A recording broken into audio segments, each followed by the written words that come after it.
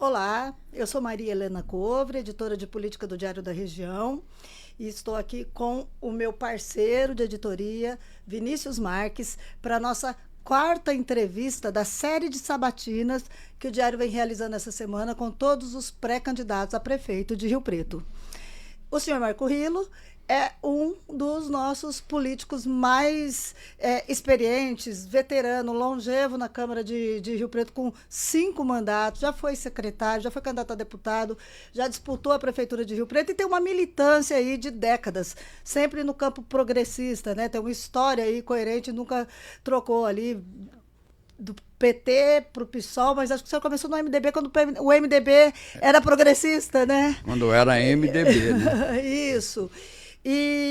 Então é um dos políticos mais experientes de Rio Preto. Surpreendentemente aparece como candidato a prefeito pelo PT de novo, porque, para mim, o seu Marco Rilo já tinha anunciado até uma aposentadoria da política um dia, brincando com ele. Ele falou assim, quando ele falou, não vou disputar mais a Câmara, Maria Helena, quero cuidar dos meus netos. E, de repente, na eleição passada, ele apareceu como candidato, inesperadamente, quando muita gente apostava que a pré-candidatura seria do filho dele, o hoje vereador, ex-deputado estadual e hoje vereador João Paulo Rilo, que está aqui presente acompanhando a entrevista. E essa eleição, de novo, numa reviravolta, ele tinha ido para o PSOL, voltou para o PT, saiu candidato pela federação que o PT forma aí com o PV e com o PCdoB. Senhor Marco Rilo desistiu da aposentadoria e voltou a ser candidato. Por quê? Isso é dentro de um projeto com o filho do senhor ou é um projeto pessoal do Marco Rilo?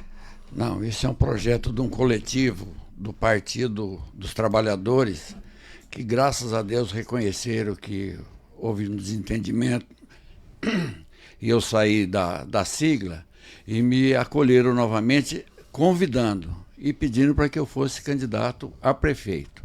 Aí eu perguntei para o João Paulo falou, não, pai, pode ser você, se o PT quer, vamos cumprir essa missão. Estamos aqui batalhando. Ao deixar a Câmara, o senhor também acabou, a Câmara e o PT, né? O PT acabou protagonizando um dos piores momentos políticos da história recente dele na Câmara, que é não ter conseguido eleger nenhum vereador. Desde 2000, o PT sempre teve grandes bancadas, um grande protagonismo no legislativo e passou os últimos, essa atual legislatura sem nenhum representante na casa.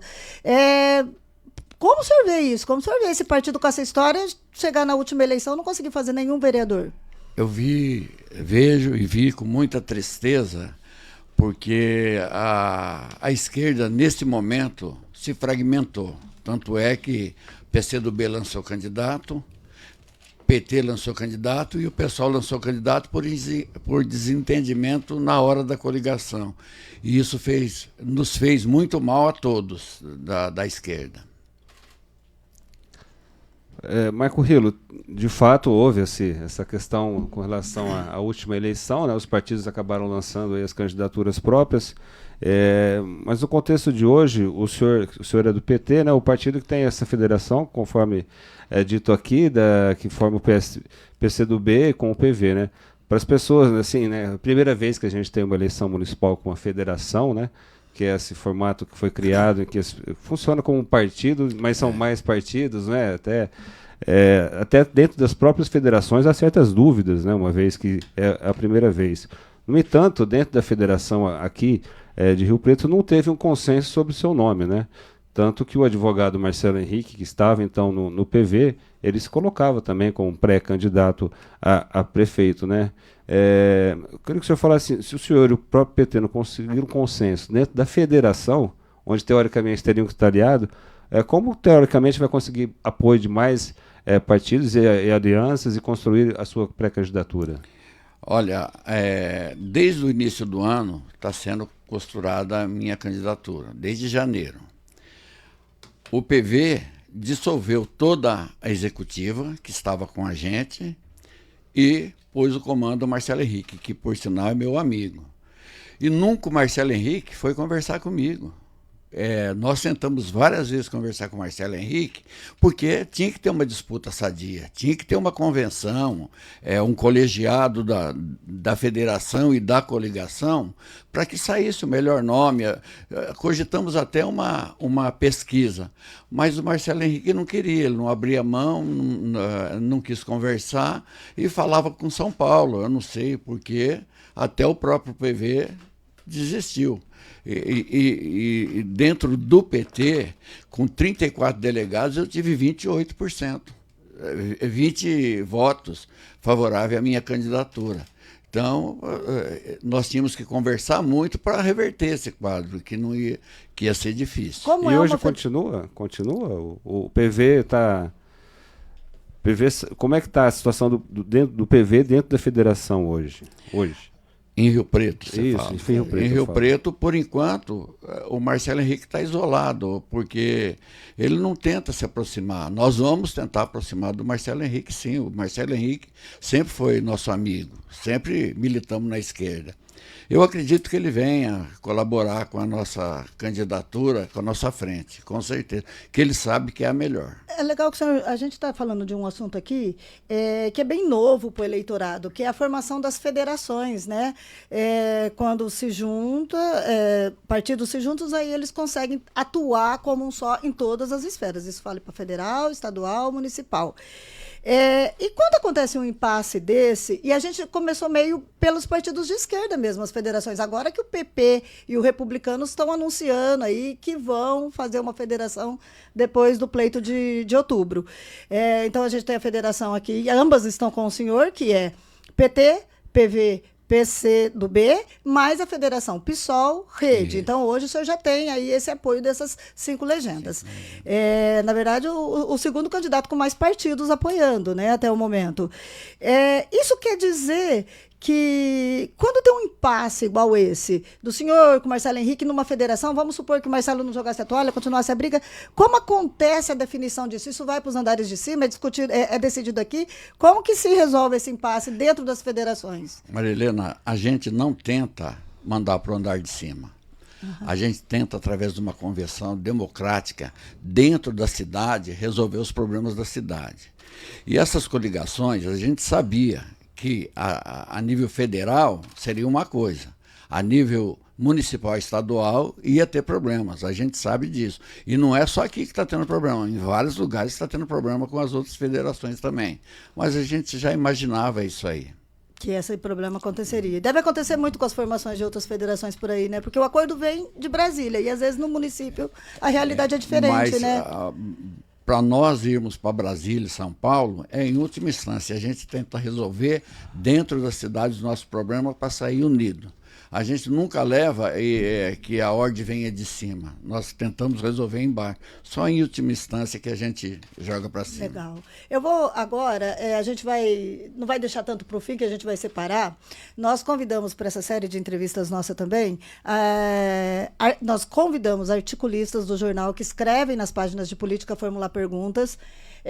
Foram 5 articulistas, cada candidato sorteia um, de forma que essa pergunta não volta para a caixinha, todas serão feitas. Depois vamos ter também, eu explico como foi o processo com os leitores assinantes. Então agora o Vinícius, que enxerga melhor que eu, consegue ler melhor que eu, porque ele é mais novo que eu, ele faz esse processo. Do articulistas, né? Então, tem 2 agora. Então, Não, ele sorteia. O Vinícius se empolgou, está sorteando para o senhor. Fica à vontade. Só tem 2, nós vamos balançar de novo. Balança a caixinha. Desculpa, meu candidato. Imagina. Eu que vou ler? Não, o Vinícius lê, pode deixar que o Vinícius lê. Fizemos tudo ao contrário. Perdão. Marco Rilo, o articulista aqui é o Dr. Fernando Fucaçal, né? Bastante conhecido, boa, né? Promotor de justiça, aposentado, advogado e professor universitário. E que gosta de escrever bastante, os textos dele são enormes, a pergunta também, ainda que eu cortei bastante. Eu li uma matéria dele. Aí, doutor, ele já deixou a deixa, né? Que tem que cortar um pouco o artigo. Ele gosta de escrever, escreve bem. Não, cortar não corta. O povo gosta. Tem que apertar, cortar não corta. Então, do Dr. Fernando Fucaçal, Marco Rilo, a pergunta é: no regime democrático, o representante do povo é escolhido pelo voto direto dos cidadãos. Mas, a despeito do sistema de eleição partidária, o senhor não acha que, na realidade, São os candidatos que acabam por se escolher entre si, arvorando-se os dignos de receberem os votos da população, e dessa forma ficando restrita a liberdade do eleitor, que deveria ser ampla, em votar no candidato que lhe fosse o ideal? Ô Vinícius, o doutor Fucassal, com todo o meu respeito, gosto demais dele. Projetos são de partidos. Tá? E dentro desse projeto, dentro da ideologia, os candidatos vão com essa bandeira. Ninguém muda a bandeira dentro de um partido. Muda quando não tem caracterização de partido e é amontoado, como está acontecendo em Rio Preto. Aí é difícil. Em que caso está acontecendo? O senhor está falando de que exatamente? Você sabe. Mas o leitor, eu sei, mas vamos falar para o telespectador aí, para o nosso telespectador não, né? Cadê o Gabriel? Vai ficar bravo comigo, vai falar que eu sou velha. Vamos falar aí para o nosso internauta que está acompanhando pelo Facebook do Diário ao Vivo. Eis o time do ex-prefeito, que hoje é o time do pré-candidato a prefeito. Então, o partido é uma ideia, é um projeto. Se todos os partidos rigorosamente obedecessem a bandeira e o estatuto do partido, logicamente não teríamos desvio de conduta. Logicamente não teríamos corrupção, porque nenhum partido no seu estatuto fala em corrupção, fala em proveito próprio, tomar posse do erário público, ninguém fala isso. Então, eu respeito a ideia do doutor Fucassal, mas eu respeito o partido e eu acho que é um projeto partidário. Se você quer votar num projeto partidário, vota na legenda ou vota no candidato que leva aquela bandeira. Nenhum candidato individualmente tem direito de mudar a bandeira. Aproveitando que o senhor está falando de projeto partidário, em 2020... Vamos lembrar que naquele ano o senhor foi candidato a prefeito pelo PSOL. O PT teve como candidata a ex-vereadora e sindicalista Celi Regina. Naquela oportunidade, o PT estadual investiu, preciso pôr o óculos, gente, senão não pego o número exato, cerca de 129 mil na campanha da Celi e o PT federal, 99 mil na campanha da Celi. Esse montante provavelmente vai ser gasto aí pelos vereadores, né? A gente sabe que uma campanha prefeito aí, o pessoal põe um valor mínimo mais de 9 milhões e se gasta muito mais que isso, né? O PT está disposto a investir na campanha do senhor? O PT tem o segundo maior fundão eleitoral, com 600 milhões, ele perde apenas para o PL, com mais de 800 milhões, e eu queria saber qual vai ser a prioridade da campanha do senhor para o PT em termos de recursos. O PT vai pôr dinheiro na campanha do Marco Rilo? Olha, o PT está discutindo na nacional e estadual ainda o fundo partidário, mas nós aqui temos já televisão, nós temos as redes sociais e nós temos os panfletos, que não é caro. Nós não vamos pagar churrascada para ninguém, nós não vamos fazer feijoada, nós não vamos reunir no antigo Manuel Carlos 500 pessoas cabo-eleitorais. Então nós não precisamos de tanto dinheiro. O que nós precisamos sim é de publicidade e divulgação do nosso programa. Isso, as redes sociais, e tenho certeza que você vai ser generosa com a gente, jogando mais a gente no jornal, né? A gente coloca, tá? O espaço aqui tem sido tão democrático que a gente trouxe todos os 5 pré-candidatos que têm o apoio aí do seu partido ou que foi oficializado como tal, né? Igual para todo mundo. Tenha 7 filiados na legenda, tenha 3 mil filiados na legenda, Marilena, tá? com todo o respeito que você merece, eu gosto demais de você e do Vinícius. Não está sendo igual. Não está sendo igual a distribuição do espaço? Mas o projeto do jornal é isonômico, pode ficar tranquilo. Não, eu sei que é isonômico. Nós vamos vir com um projeto eleitoral extremamente isonômico e que o jornal pauta a discussão. Eu já fiz rodada de conversas com os afrodescendentes, já fiz rodada de saúde, rodada com mulheres, já fiz rodada de saúde com a saúde, meio ambiente, educação. Vocês nunca me perguntaram. Sabe o que eu acho que está faltando? Então, o senhor brigar mais. A gente está dando muito espaço para os que estão brigando aí, se matando pela legenda. Mas na coluna dela, que é muito lida... Muito obrigada, adorei o elogio. Faz a contabilidade de aparição. Faz só a título de conhecimento. Vamos lá. A coluna do Diário, adorei aqui o elogio de que é muito lida, mas a gente sabe que o senhor Marco Rilo é um... Falei ontem para o Vinícius. Vinícius é um dos eleitores mais antigos e apaixonados do Diário. Isso eu sei. Agradeço aí até a menção à coluna. Mas só reforçando que essa série de entrevistas, Fabrício Carareto, diretor do jornal Gabriel, coordenador de web, nós estamos aqui com o Vinícius, eu elaborando nosso projeto de cobertura. O projeto de cobertura do Diário, tradicionalmente, ele é extremamente isonômico. A gente não se deixa levar por factoides, a gente vai fazer uma discussão de programa de governo, de propostas para a cidade, perfil dos candidatos, como sempre faz parte da história do Diário. Vamos ter debate aqui, vamos ter outros debates para falar de programa de governo e, como sempre, com espaço milimetricamente dividido igualmente para todos os candidatos. Então, eu quero dizer que nós estamos fazendo um orçamento participativo, questionando a cidade cresceu demais. Não adianta a gente falar que vai fazer um programa dentro de gabinete. Então, nós estamos fazendo rodada de conversas de cada segmento e indo nos lugares, fazendo reunião. Você precisa de ver que maravilha as sugestões das pessoas. São sugestões simples que podem deixar a cidade encantadora. Aí sim, bonita de se viver, gostosa de se viver. Esse é um período que o senhor está... Nesse período de pré-campanha que o senhor está mencionando, são esses encontros, né? E também o senhor tem dado uma intensificada nas questões das redes sociais, né? O senhor gravou, por exemplo, para a Juventude ontem, fazendo um apelo, agora colocou o Zap também lá ontem, fala, vereador, o senhor, como vê o papel da rede social hoje, até também divulgar essa sua própria pré-candidatura? Como tem sido a recepção e como o senhor vê? A população está cansada de política.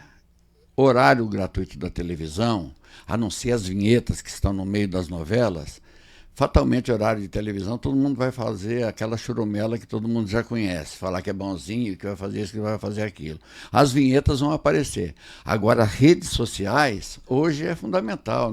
Sem rede social, a candidatura vai para o espaço. O senhor já abriu o Facebook do senhor? Se eu já abri? Abri. Ah, bom.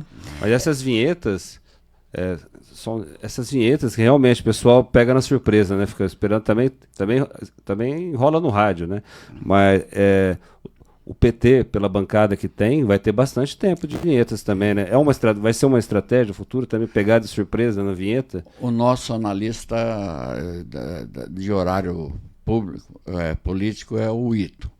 E o Ito estava contabilizando lá, vai ter muita vinheta, tanto para os vereadores como a candidatura majoritária. Bacana. Bom, estão me criticando aí porque eu estou falando muito bacana. Desculpa, gente, eu juro que eu vou tentar falar menos bacana. Soltei um outro agora. Que seja para mim, bacana. Eu falo bacana, o pessoal diz que eu estou falando muito bacana, então eu vou segurar, vou dar uma seguradinha. Vou tentar. Senhor Marco Rilo, não temos como não falar de polarização política num momento em que o país só fala de bolsonarismo, lulismo. Ontem a gente entrevistou aqui o pré-candidato do PL, Coronel Fábio Cândido, que tem usado aí o ex-presidente Jair Bolsonaro como uma espécie de estandarte, né? Cada 3 frases dele aparece Jair Bolsonaro e ele está pondo todas as fichas dele no apoio do ex-presidente, apostando aí nesse perfil que ele acredita conservador do eleitorado de Rio Preto. Na outra ponta, o senhor está na ponta oposta dele. O Lula vai abraçar, ele jura que o Bolsonaro vem aqui, vai subir no palanque e vai pedir voto para ele. O Lula vai abraçar a candidatura do senhor, já perguntei de dinheiro do PT, agora pergunto do Lula. A imagem do Lula vai ser explorada na campanha do senhor, porque é uma grande liderança nacional, e o senhor vai ter vamos lá, relação íntima com o Lula, se contrapondo aí ao coronel? Nós temos uma relação íntima com o Lula, só que o Lula é um homem ocupado. Se a gente disser que ele vai vir aqui, pode ser um blefe. E nós não somos miniatura do Lula, nós somos o projeto do Lula, a bandeira do Lula. E esse projeto tirou 40% da população da linha da pobreza. Minha Casa Minha Vida deu teto para milhares e milhares de pessoas. Bolsa Família tirou a fome e mandou os estudantes ficar definitivamente nas escolas. Essa é a bandeira. O Lula em si é um membro disso aí, apesar de ser a nossa maior liderança, talvez do mundo, mas é isso, o Lula é a nossa bandeira, é o nosso projeto. E por falar no presidente, havia a expectativa de que a volta dele no poder se tornasse essa questão como um cabo eleitoral forte. A gente vê no governo atual, inclusive teve uma grande discussão até com uma influenciadora daqui, né, que teve uma... Quem é do PSOL, que já se lançou candidata a vereadora também, né? Ele é pré-candidato por causa da comunicação do governo, né? Que o governo federal ainda patina na sua comunicação em relação ao bolsonarismo, né? Nesse momento do governo, do governo federal, ele mais ajuda do que atrapalha? Não. Vocês não podem comparar a discussão... Mais ajuda ou mais atrapalha, desculpa? Não, ajuda. Tá. Ajuda porque nós sabemos dos projetos. Nós temos uma relação de projetos do Lula. Aquela briga lá, Congresso Nacional e governo, isso aí a gente sabia que ia acontecer por causa da polarização nacional. Mas tudo vai entrar no eixo porque a população está começando a sentir, tanto é que já estabilizou e subiu um pouco a preferência pelo Lula. A última pesquisa, né? A última pesquisa. Então, daqui a pouco o Lula vai estar com os 87% que ele saiu do primeiro e segundo Vai dar mandato. tempo de ser antes de outubro ou não? Para refletir nas urnas ou não? Isso é o desenvolvimento de um projeto. É porque a imprensa também bate muito nas brigas internas lá do Congresso e Poder, mas devia divulgar mais os projetos. Vamos falar disso. A gente acaba de ter aí uma série de anúncios extremamente positivos para a cidade, do governo federal. O governo anunciou a construção de UBS em Rio Preto, né?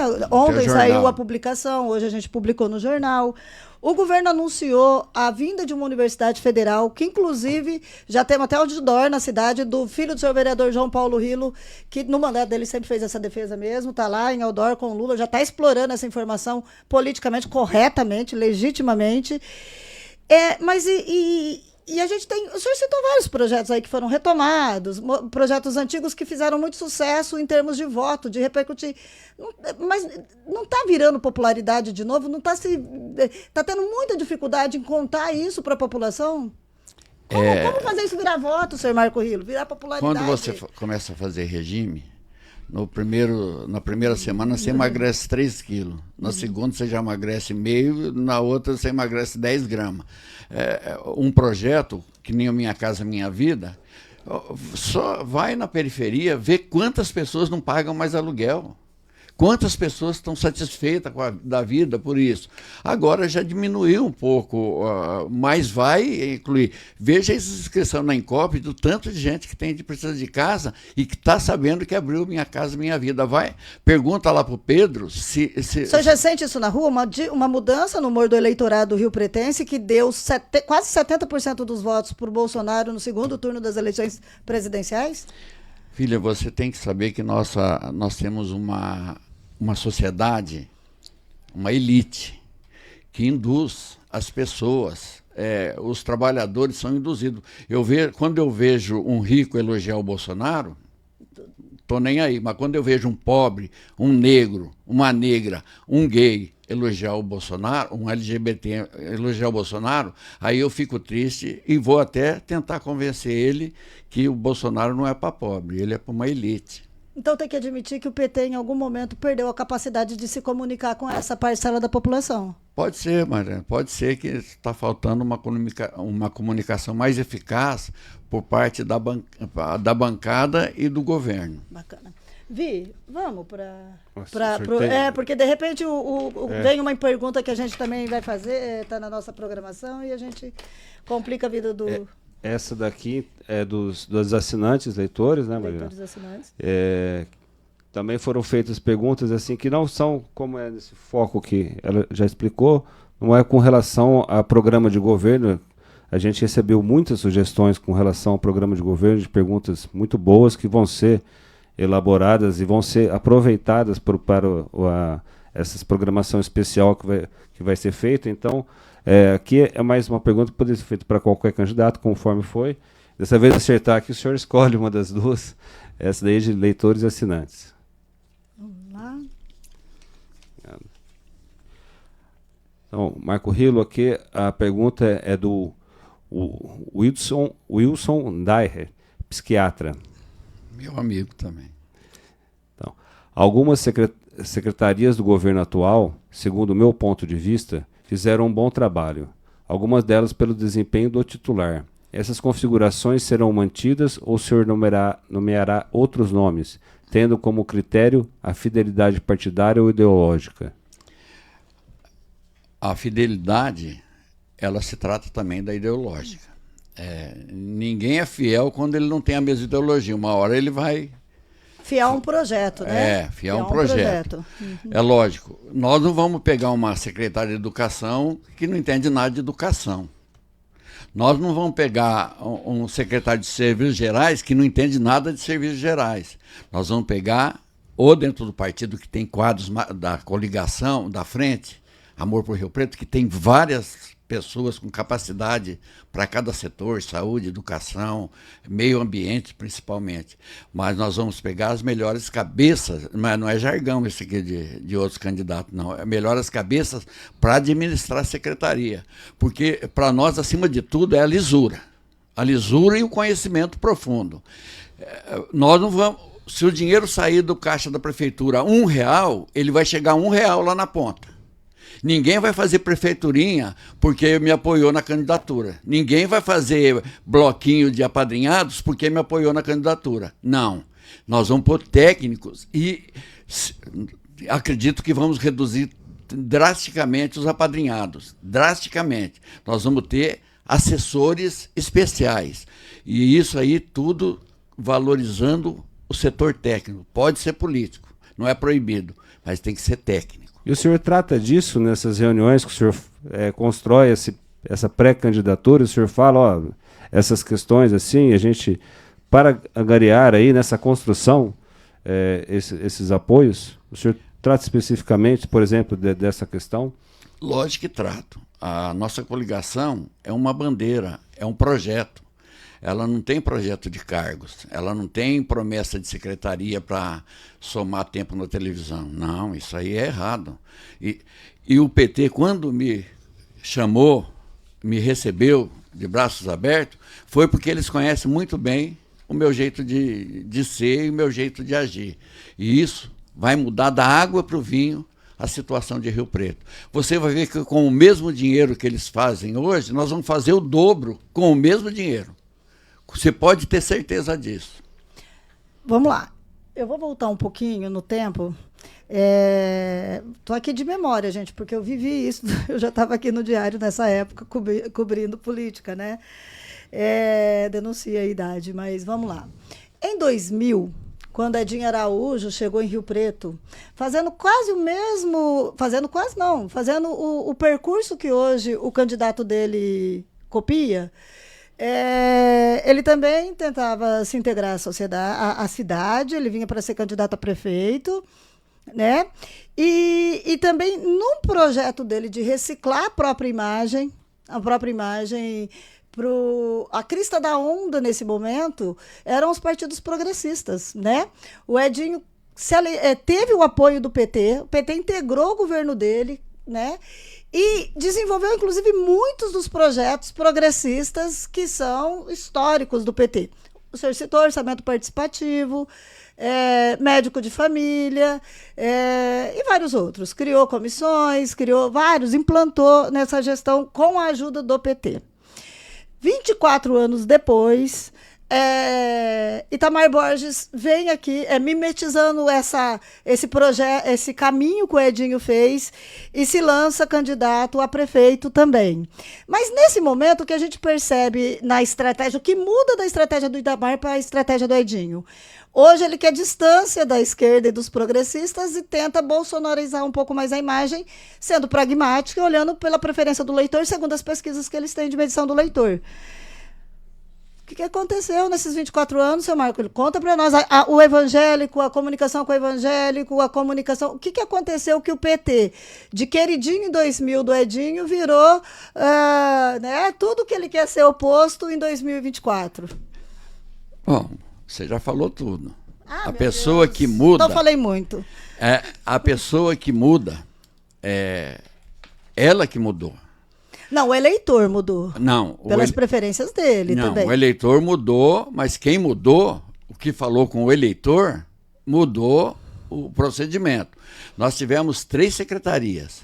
Uma secretaria da assistência social, que foi um sucesso, no atendimento social, a de saúde, que endireitou a saúde na época, e o meu serviço, os serviços gerais, que mudou o panorama da cidade na limpeza, no tratamento, distribuiu, e qual o Edinho, no segundo mandato, destruiu. Porém, na hora de fazer a coligação, novamente, a gente queria exigir que continuasse o programa, mas o Edinho já tinha mudado, ele já tinha derretido. E o que aconteceu?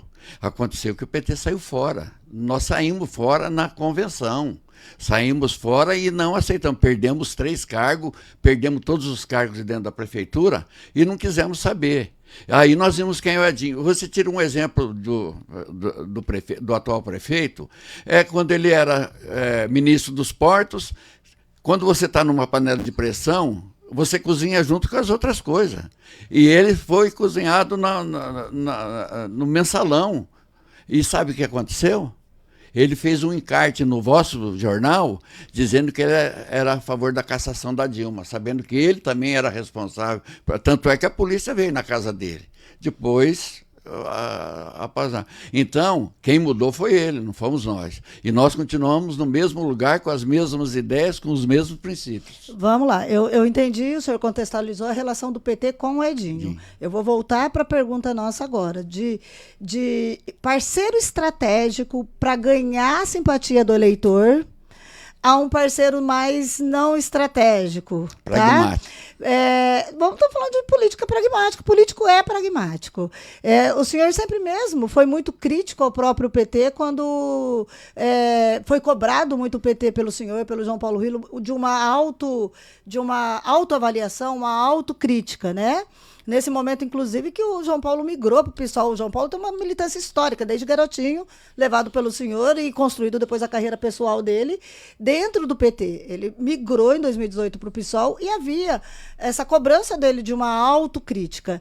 Dentro dessa autocrítica, nesse momento, o PT fez tanta besteira assim para perder essa conexão com o eleitorado rio-pretense, a ponto de ser considerado um parceiro estratégico? Você fala que o PT perdeu a conexão. O PT não perdeu a conexão. Eu fui 5 vezes eleito, 2 vezes mais votado. Nós tivemos deputado, 2 mandatos. Nós tivemos mais de 10 vereadores na Câmara. Nós fomos governo com o Edinho. Nós somos governo com o ex-prefeito. Então, e fizemos trabalhos maravilhosos. Nós temos esse negócio de não ter conexão, para mim não cola. Eu gostaria que você fosse comigo na feira, nos balões onde eu estou panfletando, para você ver o buzinaço, a aceno de mão, para você sentir como que não cola. Em nós não vai colar essa história que é a esquerda. Existe, sim, um setor dominante e influente que induz. E isso não resta a menor dúvida. Tá. Mas que isso aí é só com o programa, mostra do que nós fizemos, mostra do que nós vamos fazer, que vai resolver a situação. Marco Rilo, perguntar para o senhor.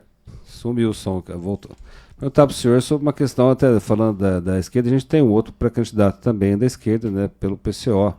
E a gente nota alguns posicionamentos, por exemplo, com relação ao Supremo, porque o Supremo é muito criticado pelo pessoal mais ligado ao Bolsonaro, pelas decisões recentes, pelo próprio presidente, ex-presidente Bolsonaro foi muito criticado, né, com relação por legislar, enfim, questões que chegam ao Supremo, né?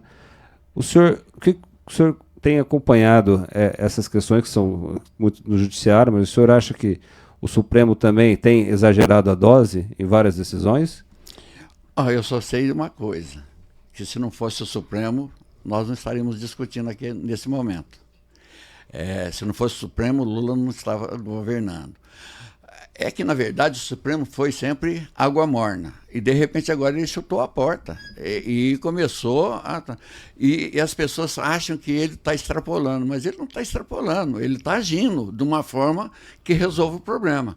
E eu acho que a Carmen Lúcia e o ministro Alexandre, eles estão fazendo um papel de desafio mesmo, estão peitando. E isso é de fundamental importância para que as coisas voltem no normal, na democracia. Nós temos aqui hoje na região, falando de Alexandre de Moraes, as críticas que vêm aí, pelo menos 30, o que a gente chama de extremistas que chegaram aí para Brasília nos atos antidemocráticos de 8 de janeiro de 2023 e que acabaram aí processados, alguns fazendo acordo, outros já condenados com condenações altas, pesadas, alguns até com margem para negociação e se livrar desde que admitam. Há uma polêmica aí enorme, inclusive tinha um candidato aqui que se posiciona como de esquerda, mas defende aí que não há motivo para essas condenações.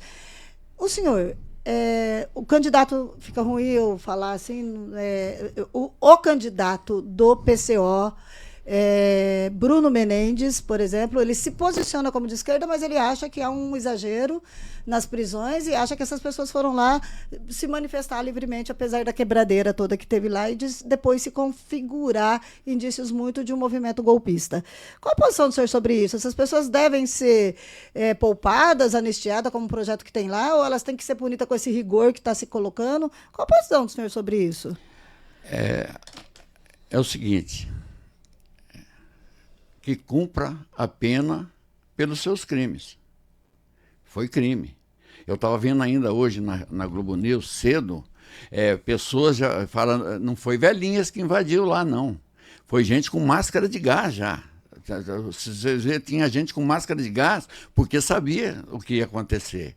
Essas pessoas queriam acabar com a democracia do Brasil. E isso foi induzido pelo Bolsonaro, pela equipe do Bolsonaro. Isso foi indiscutivelmente armado. Tanto é que a minuta do golpe, o Mauro Cid, a joia, tudo isso aí está incluído. E essas pessoas fizeram vandalismo. E quem faz vandalismo na coisa pública tem que ser castigado. Eu não sei pena, eu não entendo de direito, se a pena é grande ou mas tem que ser. Não era velhinhas que estavam lá protestando, não. O governo federal ali, no caso, com o Lula já no governo, não falhou em identificar, ou o senhor acha que essa informação não chegou a ele, o tamanho que seria o movimento? Se você souber, eu que tenho experiência política, nunca imaginei que isso estava tramado à altura de fazer aquilo que foi feito. Eu imaginei que eles iam ficar pentelhando lá na porta do Exército, rezando para pneu, andando na frente de caminhão. Eu pensei que ia ficar nisso. A hora que eu vi à tarde, no domingo, e o Lula ficou sabendo disso... Em Araraquara, né? Ele estava em Araraquara, quando ele ficou sabendo disso, pelo ministro Dino, que ficou sabendo depois. Agora o Coronel Dias dizem que ele abriu as portas, isso aí é o problema que tem que ser analisado do Coronel. Mas o Lula não sabia. Mas nessa época, muito mesmo nessa época mesmo, não em grau de tanta gente, se mostravam os protestos que teve do pessoal do próprio do PT, que teve ali, quebrou vidros, algumas manifestações, tipo questão de reforma de previdência, teve uma tentativa de equiparar. Uma situação era pontual, o senhor acredita, ou outra uma tentativa mesmo de destituir o que estava... Você não pode comparar luta pelos direitos e luta para acabar com a democracia e pôr um fascínio no poder novamente. São duas coisas bem diferentes. Quando a pessoa vai lá e fica revoltada, assiste a Câmara Federal e o Senado, para você ver se você não fica indignado, como eu fico, como todo mundo fica. Agora mesmo, a anistia dos partidos, você acha que eu vou aceitar um negócio desse? Cada partido tem que cuidar da contabilidade. E quando se tratou da Previdência, acabou com o trabalhador. Vocês sabem disso que acabou. Vocês devem ter sido prejudicados também. Então, aí a pessoa, um quebra-quebra virtual por exaltação de ânimos é uma coisa. Agora, vandalismo para botar um fascínora no poder... Não. Bacana. Senhor Marco Rilo, teve até um candidato aí que reclamou, porque eu estava indo muito para a pauta ideológica com os candidatos a prefeito. Eu estou gostando. E achando que ideologia não deve ser discutida com candidato a prefeito. Volto a dizer que a gente bate um pouco na pauta ideológica, porque a pauta ideológica pauta também as ações e as decisões do prefeito, né? Dei um exemplo e repito. Eu cobri um prefeito, não vou citar aqui porque eu teria que abrir margem para outros lados, que não disponibilizava a pílula do dia seguinte nas UBSs porque ele era contra. a pílula do dia seguinte. Então, não estou dizendo se eu sou contra ou a favor, não, estou só dizendo como isso pauta as ações dentro dos municípios, tá? Muita gente pergunta aqui, por que pergunta tanto de ideologia? Se o prefeito tem que tapar buraco de rua, o prefeito faz mais que tapar buraco de rua, né? Ele define políticas públicas para a cidade também. Então, vamos lá. O senhor é um católico praticante, tá? Historicamente, né? Nunca negou a fé do senhor, nunca negou a militância do senhor dentro da igreja. A CNBB recentemente emitiu um documento apoiando um projeto que está no Congresso barulhento, que amplia a pena para mulheres que interrompem a gravidez depois da 22ª semana.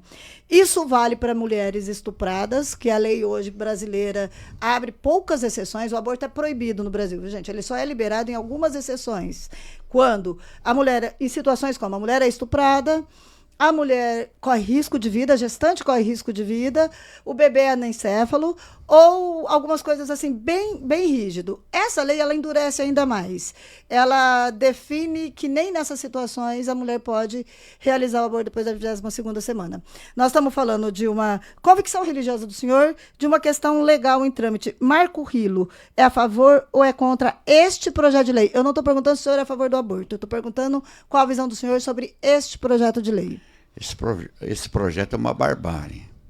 A CNBB, ela sempre foi, e católicos praticantes sempre foram contra o aborto. Agora, a CNBB aprovar esse projeto aí, está entrando no esquema daqueles malucos lá da Congresso Nacional, da Câmara Federal. Quem são os malucos Os conservadores, os de valores e morais, e Deus e a família, não sei o que, etc. e tal. Aqueles caras são os loucos. O Bolsonaro plantou no Brasil embriões para tudo quanto foi lado. Nasceu Bolsonaro para todo lado. Eles querem imitar o Bolsonaro lá, aqueles idiotas, daqueles deputados que eu nem lembro o nome de todos, senão falaria. E a CNBB não poderia ter feito um documento desse, porque é uma questão de saúde pública, uma questão de crime, um aborto, a gravidez de uma criança que não sabia que o pai, o tio, o primo, o vizinho estava fazendo sexo com ela e que ela ficou grávida e não percebeu. Então, um projeto desse tinha que ser escrachado, tanto é que você está vendo. Bom, você não estava na Câmara, mas as mulheres foram lá e protestaram aqui Vimos pela por uma transmissão moção da TV Câmara. Você está vendo o que está acontecendo no Brasil inteiro. E quem tem que perguntar de aborto é um debate de mulher. Não é um debate da CNBB, nem do Marco Rilo e nem do Congresso Nacional. É um debate para a mulher. A barriga é dela, ela que tem que ver. Legal quando o senhor fala aí da mulher e lugar de fala. A gente está aqui, fiz essa pergunta ontem, repito para o senhor. Nós temos hoje 5 candidatos, todos homens, todos brancos, e a gente está percebendo que quando se monta uma chapa, as necessidades políticas, partidárias, de acordo partidários, são muito mais definidoras de quem vai ser o vice do que a busca por uma chapa diversa, que dê lugar de fala também à mulher. Eu falo aqui também como mulher que trabalha na política e sofre diariamente o machismo na pele. Com certeza. Tá? Então, eu queria saber com o senhor qual o vice ideal, quem vai ser o vice do senhor? O senhor vai procurar essa diversidade? O senhor vai tentar um acordo aí para não desagradar os partidos aliados? Quem vai ser a vice do senhor? Sei que o senhor convidou a Regina Chueire, parece que por motivações pessoais ela não aceitou, não sei se já deu a resposta. Mas quem vem aí como vice de Marco Rilo? Olha, isso aí é o pleno que vai decidir. Realmente, nós temos várias pessoas, técnicos, vários políticos na frente, dentro da frente. E podemos convidar algumas autoridades da cidade que condiza com o cargo de vice-prefeito. E nós estamos debatendo isso, e nós temos também um nome muito bom, e que eu gostaria de convidá-la, a Mônica Galindo, da Unesp, que é do PCdoB. Pode ser que ela aceite, pode ser que não, porque ela está pretendendo pegar a reitoria da Unesp. Mas nós convidamos a Regina Chueire, sim, porque é especialista em saúde e tem um acúmulo político. E uma longa militância de esquerda, né? De esquerda. Bacana. Rilo, com relação a que a Maria estava falando, com relação a esse projeto que realmente surpreendeu, não só o teor, que é contestado até pela OAB, a celeridade, como foi apresentado e rapidamente passou em comissões para ser em urgência a tratativa sobre a discussão sobre essa questão, que aí ganhou toda essa repercussão que ganhou, de uma maneira que acontece que a gente vê que, embora o Lula ganhou a eleição presidencial, a maioria do Congresso utiliza hoje as pautas de costume que não conseguiu fazer quando era o presidente o Bolsonaro. Nessas questões fica o governo federal junto com a bancada de apoio que ele tem, mas está até mesmo dividida com essa pauta de costumes.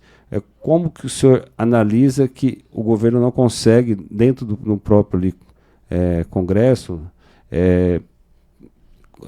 ter uma maior discussão sobre as propostas que vão sendo atropeladas lá, na verdade, né? Olha, o que está acontecendo no Congresso Nacional, eu digo nos dois poderes, é que existe aqueles do centro que querem aparecer junto com os loucos que estão do lado do Bolsonaro, que foram eleitos pelo Bolsonaro. Infelizmente foram eleitos. Você vê aquele exemplo do senador mostrar um feto para o secretário de Direitos Humanos, ministro dos Direitos Humanos, e que o cara reputou, falou, não, a minha mulher está esperando um filho, eu não quero ver. Olha o limite desse povo. Eles querem lacrar nas redes sociais. Não sabe. E o Centrão, ora vai para um lado, ora vai para o outro. Então, está difícil para nós, mas o Lula vai vetar esse projeto. E o da droga também, da quantidade de droga também, vai prender preto e pobre. Mas com relação a esse projeto, aí se vetar, vai para... Provavelmente se derruba o veto, não se sabe, né? Mas enfim, não sabe nem se vai votar, na verdade, porque a repercussão de fato foi muito grande, porque o projeto, além de tudo, como ele altera o Código Penal, ele faz uma forma de que a vítima, mulher, paga uma pena por já ser vítima, ela tem que pagar uma pena ainda maior, inclusive, do que... Então o projeto, além disso, tem essa desumanidade nele, o senhor não acredita? Lógico que é desumano. Desumano é cruel. Quando se tratar principalmente de criança. E quando é estrupada qualquer tipo de mulher, ela tem o direito de fazer isso. E se ela não... O aborto é uma realidade. Que a CNBB tinha que ter visto. Isso é uma realidade. Eu tive uma vizinha que fizeram o chá, não desceu, cutucaram ela com um instrumento lá, matou a mulher de tétano. Vai acontecer em clínicas particulares, em fundo de quintal, vai ser vetado. E eu acredito que o governo vai trabalhar para derrubar, para ser acatado o veto. Se esse projeto sair do papel, porque é o que você falou, está caminhando para não sair do papel. Mas nós vamos vetar e trabalhar para que acate o veto. Eu vou fazer uma curiosidade que eu estava observando aqui. É coisa de mulher que tem essa coisa meio de ver várias coisas diferentes ao mesmo tempo, mudar o assunto. Eu me lembro muito até pouco tempo atrás, todo candidato do PT chegava com um brochinho do PT, o senhor está com um brochinho da Nossa Senhora Aparecida, é isso? Me conta aí por que a troca aí, sempre foi assim? Nossa Senhora da Aparecida está aqui, está no meu coração. E está nos meus milagres que ela já executou. Fui criado dentro da Basílica. Então, a Nossa Senhora, para mim, é a mãe de Cristo. E ela deve dar mais voto que o PT hoje? Nos dias que a religião se tornou tão presente na política? A igreja é conservadora. Quando o senhor vê essa questão da igreja ter passado a ter... Igreja no sentido geral, nós estamos falando da igreja, tudo bem com mais força dos evangélicos, mas essa força dos evangélicos nas definições das eleições, em Rio Preto isso, inclusive, está brigando aí, o pessoal está brigando a tapa pela simpatia dos evangélicos. Como o senhor vê essa influência tão forte da igreja no resultado das urnas? A gente sabia disso aí, que o tempo com as igrejas evangélicas neopentecostais crescendo, isso ia acontecer. O Brizola já dizia isso há anos atrás. E Mas, infelizmente, eles entram errado. Eles deviam abrir o púlpito, se eles querem mexer com política, que é um direito deles, abrir para todos, para cada um falar assim. Se eles fossem amantes dos fiéis e fazer os fiéis segui-los, eles punham o púlpito para o debate. Foi o que eu falei para o bispo da Católica. Bispo, eu estou vendo o padre aparecer em outdoor com pré-candidato. Eu gostaria que abrisse o debate como o Dom Paulo e o Dom Orani abriu. Tinha o debate nas igrejas, tinha debate nos centros sociais, que a igreja promovia, e só se falava do programa de governo. É isso que tinha que ser feito. Mas, infelizmente, o púlpito é para quem reza na cartilha deles, aí não dá. Estão avisando lá que a gente deu faltam 10 minutos para terminar. Nessa situação, a gente coloca a pergunta do outro candidato para o senhor. Lembrando que, para quem está acompanhando só hoje, nesse embate direto de candidato com candidato, definimos a ordem das entrevistas por sorteio, e isso definiu também quem pergunta para quem, tá? Nesse caso, quem pergunta para o pré-candidato Marco Rilo é o pré-candidato do PL, Coronel Fábio Cândido, tá bom? Vamos lá para a pergunta do coronel. O senhor vai ouvir. O pessoal que está acompanhando aí pelo Facebook vai ver a imagem dele e o senhor vai ouvir aqui a pergunta dele, tá bom? Vou ouvir. Pré-candidato Marco Rilo. Nós temos visto nas ruas de Rio Preto, né, o pré-candidato deputado Itamar Borges fazer uma pré-campanha bastante suntuosa, né, faraônica, onde se vai ver outdoor desse pré-candidato. Nós vemos prédios também suntuosos, né, onde são os escritórios políticos desse pré-candidato. Nós verificamos equipes trabalhando, entregando material nas residências, material físico, revistas, encartes, nas redes sociais. Até o Diário da Região já veiculou uma matéria que ele é o que mais gasta com impulsionamento de rede, contratou a principal empresa de marketing político, de comunicação, que a gente sabe que custa também muito caro, enfim, sabe que tudo isso tem um valor aí exorbitante para uma pré-campanha. E, além disso, ele tenta desconstruir determinadas candidaturas, como foi o caso, né, da desconstrução da candidatura da minha amiga Coronel Helena, uma tentativa de desconstruir a candidatura do deputado Valdomiro Lopes. Ele me relatou isso, e a todo momento ele tenta fazer com que eu desista da minha pré-campanha. Caro Marco Rilo, você entende que esses métodos, essas estratégias da política antiga, da política convencional, vão influenciar no eleitor de Rio Preto, ou o eleitor de Rio Preto, o cidadão riopretense, politicamente já está maduro para votar conforme as suas convicções e os seus princípios? Coronel, é um prazer estar falando com o senhor, é a primeira vez que eu falo com o senhor, seria um prazer conhecê-lo. O meu filho João Paulo elogia muito a sua postura. Coronel, ele já está às voltas com o Ministério Público por abuso do poder econômico. Ele tem comprado jornalistas, esses jornalistas independentes, de todos os lados, os marqueteiros, ele está dominando tudo, fazendo festas adoidada, fazendo festa em racha.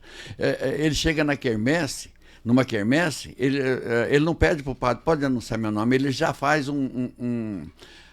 arremata uma prenda por 300, 400, 500 reais assim, na lata.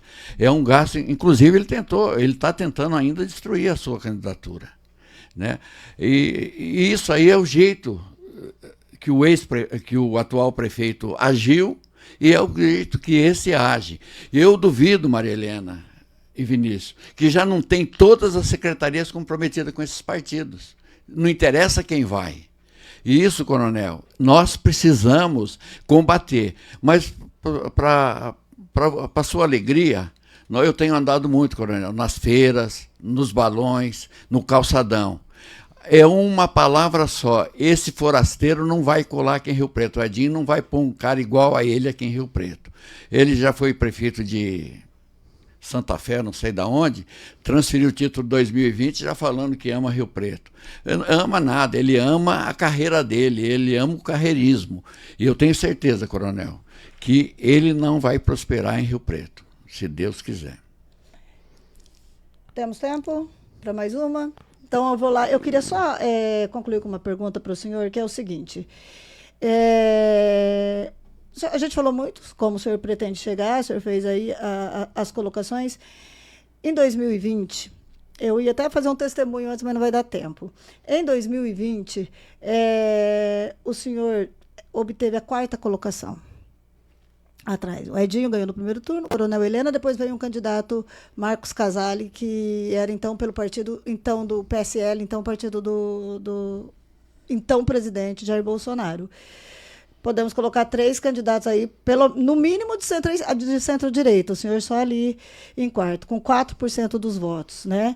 E assim, aí vou pôr um pedacinho do meu testemunho, quando eu conheci o senhor na Câmara, o senhor estava num embate com uma coisa que o senhor tinha dito, algo que o senhor tinha dito, e tentavam, naquele momento, usar essa fala do senhor por uma punição, chegaram a falar em cassação. Eu, então, Prata, jornalista pela Folha de Rio Preto, a gente estava cobrindo. Vamos perguntar ao presidente da Câmara, então, não era o Sérgio Camargo, e perguntamos se era justo, como ele via, se ia prosperar aquela cassação do senhor. Ele falou assim, não, nós vamos arrumar uma outra punição aí mais branda, porque pode falar tudo o que quiser do Marco Rilo, mas ele é honesto, né?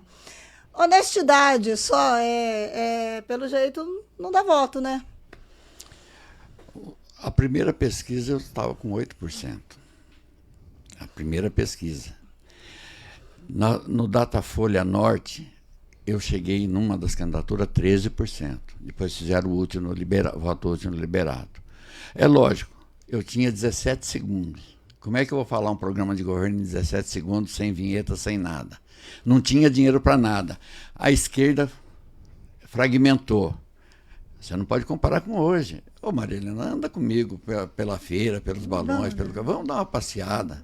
Assim você faz uma matéria legal. Vamos sim. Vamos sim, a eleição vai começar. Você vai ver. E outra, não sou eu, nós não fizemos pesquisa ainda. Talvez vamos fazer. Pega a pesquisa do Fábio Marcondes, pega a pesquisa do Valdomiro e vê se eu estou com 4%. E se o Tamar está polarizando. Quem está criando polarização aí é a imprensa, porque o Tamar não está polarizando com ninguém, não. Eu acredito que o Coronel Cândido vai crescer pela valores e costume que ele está pregando, né? Mas eu acredito que eu vou para o segundo turno, porque eu tenho horário de televisão, eu tenho uma rede social, eu sou querido, eu sou taxado como honesto.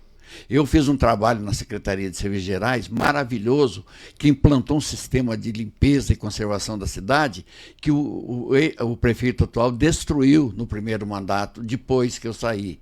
Quando o Paulera assumiu, o secretário, desativou meus carrinhos, voltou o caminhão entrar, arrebentar a praça, fazer tudo. E isso a população sabe. E a população que não sabe vai saber agora. Então nós estamos de vento em popa. Vamos lá. Gente, chegamos aqui à conclusão. Gabriel está dando a dica aqui, ó, que dá para fazer mais uma pergunta para o senhor. Vai lá, Vinícius. Só pontuando aqui uma questão, Marco Rilo. O senhor falou a questão de alguma irregularidade com relação a um outro pré-candidato a prefeito, está encaminhado para o Ministério Público. Foi isso que o senhor quis dizer, que foi encaminhado ao Ministério Público. Está encaminhado para o Ministério Público. Não é só de uma pessoa, não, são várias que estão entrando. Certo. Olha, queria fazer uma pergunta de que muito que se fala com relação à renovação do PT, não só nos seus quadros aqui e próprio de outros setores, de alguns partidos aliados da esquerda, que giram em torno do próprio PT, muito se fala que durante muito tempo, né, fica a família Rilo no controle ali vamos dizer assim, do PT, embora a gente saiba que o presidente hoje é a Celi, mas fica no PSOL, fica no comandante, o senhor estava no PSOL, né? Isso o senhor ouve, não é de hoje também, não é? O que o senhor tem a dizer sobre isso, ou essa dificuldade eu falo no quadro de direção partidária, assim, porque o que falam, de fato, o senhor ouve isso, não, ali é a família Rilo que domina, ali os partidos. O que o senhor tem a dizer sobre isso? A não renovação, né, Fá? Você é Vinícius. A família Rilo manda tanto que saiu 3 candidatos na eleição passada. Então você vê que não manda. Agora, com relação à juventude, à rejuventude, nós estamos pecando. Nós deixamos de ser as bases joviais, nós envelhecemos e não conseguimos trazer, talvez por consequência da própria política. E que agora o pessoal é cheio de juventude, o pessoal só tem jovem. É gostoso estar no meio deles, porque você passa a tua experiência e aprende muita coisa moderna com eles. Então, e o PT, eu acredito que a juventude está com uma liderança boa e que vai trazer jovens, que já está trazendo jovens para o PT. Quem sabe nos próximos encontros a gente fortaleça a parte jovem do partido. Bacana. É isso. Deu. Senhor Marco Rilo, a gente agradece imensamente a disposição do senhor de vir aqui num horário pré-estabelecido, definido por sorteio, e que é muito gratificante para a gente ter sido atendido prontamente por todos os 5 pré-candidatos, pessoas que estão na rua pedindo voto, que estão com uma agenda lotada, que tem muita coisa para fazer, mas parou tudo, veio aqui, sentou aqui, se dispôs a responder perguntas, às vezes, que precisam ser feitas, porque o jornalista não faz só pergunta legal de se fazer, faz perguntas desconfortáveis, chatas, mas o pessoal está vindo aqui, está valorizando extremamente esse espaço, porque tem a ver tudo com a história do diário de compromisso com a seriedade de um processo eleitoral, de acreditar o quanto isso é importante. Bacana? Bacana, eu de novo com o meu bacana. Lembrando que amanhã acontece a última entrevista dessa série. Esta série se propôs a discutir a construção da pré-candidatura, alinhamento ideológico, cabo eleitoral, apoio da sociedade, apoio partidário. Nós vamos ter outros debates em outros formatos para discutir, sim, muito exaustivamente programa de governo e capacidade de gestão. Esse é nosso programa de cobertura aí. Muita coisa legal vai aparecer, casado com rede social, com o impresso. A gente promete aí, tá? Amanhã, o pré-candidato do MDB, Itamar Borges, deputado estadual, às 10 horas no Facebook. Até, gente. Um abraço, até lá.